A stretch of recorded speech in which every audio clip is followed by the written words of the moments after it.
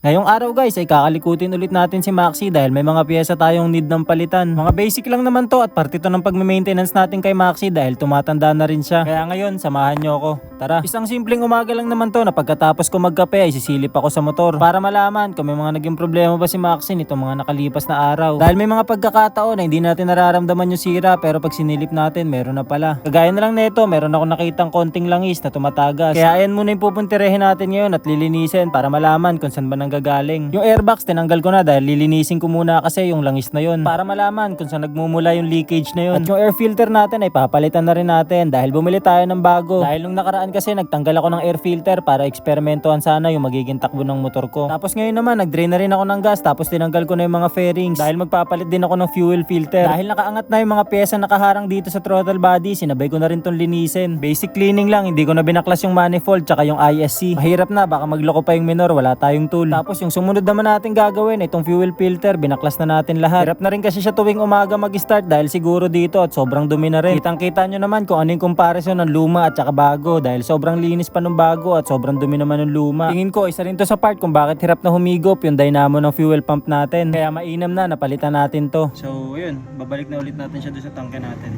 Palagi kong pinapaalala kung hindi kayo maalam o hindi kayo marunong or wala kayong lakas ng loob magbaklas na ito ay wag nyo nang baklasin. Mas maigi na sa eksperto kayo magpabaklas para hindi masira. At dahil curious nga ako kung ano laman nitong lumang fuel filter natin ay binaklas na natin. Nakita ko na meron siyang plastic sa loob. Para mas lalong makita pa yung loob, ginupit ko na rin tong gilid. Tapos meron ako nakita ditong plastic sa loob na pinagdidikitan ng mga fuel filter niya talaga. Tapos tatlong layer ng filter. Isang manipis, isang makapal, tapos isang makapal ulit. Kaya imagine niyo na lang kung walang ganito yung mga injector nyo or walang fuel filter. Malamang kahit katiting na dumi kapag nakapasok sa injector nyo or umabot sa injector nyo ay babara talaga at masisira yung motor nyo or hindi tatakbo ng maayos. Kaya tingin ko ay yung nagiging cause kung bakit yung motor ko ngayon ay pangit yung takbo. Kaya yung carb ko dati na motor na walang gantong filter, binibilang ko na lang ng mga mumurahing filter sa may mga motor shop na ikinakabit dun sa mga fuel hose. Yung grab bar na pinagpapatungan ng top box natin ay naputol na kaya pala maalog. Sasabay ko na rin yung isang grab bar ko na may malalang putol. Ako sana mag-welding nun pero naghanap muna ako na mag-welding na iba kaso nga lang hindi daw kaya. Kaya yung winelding ko na lang yung nakakabit sa atin dahil madali lang. Tapos bumili na rin ako ng isang set ng speedometer gearbox yung dito sa may speedometer cable. I-correct nyo na lang ako sa comment section kung tama ba yung sinabi ko na tawag dito. Yung luma kasi natin ay palitin na talaga dahil nasira na yung isa sa gearings na ito. Kaya nung naikabit ko na to, all goods na, gumagana na lahat. Yun lang, salamat!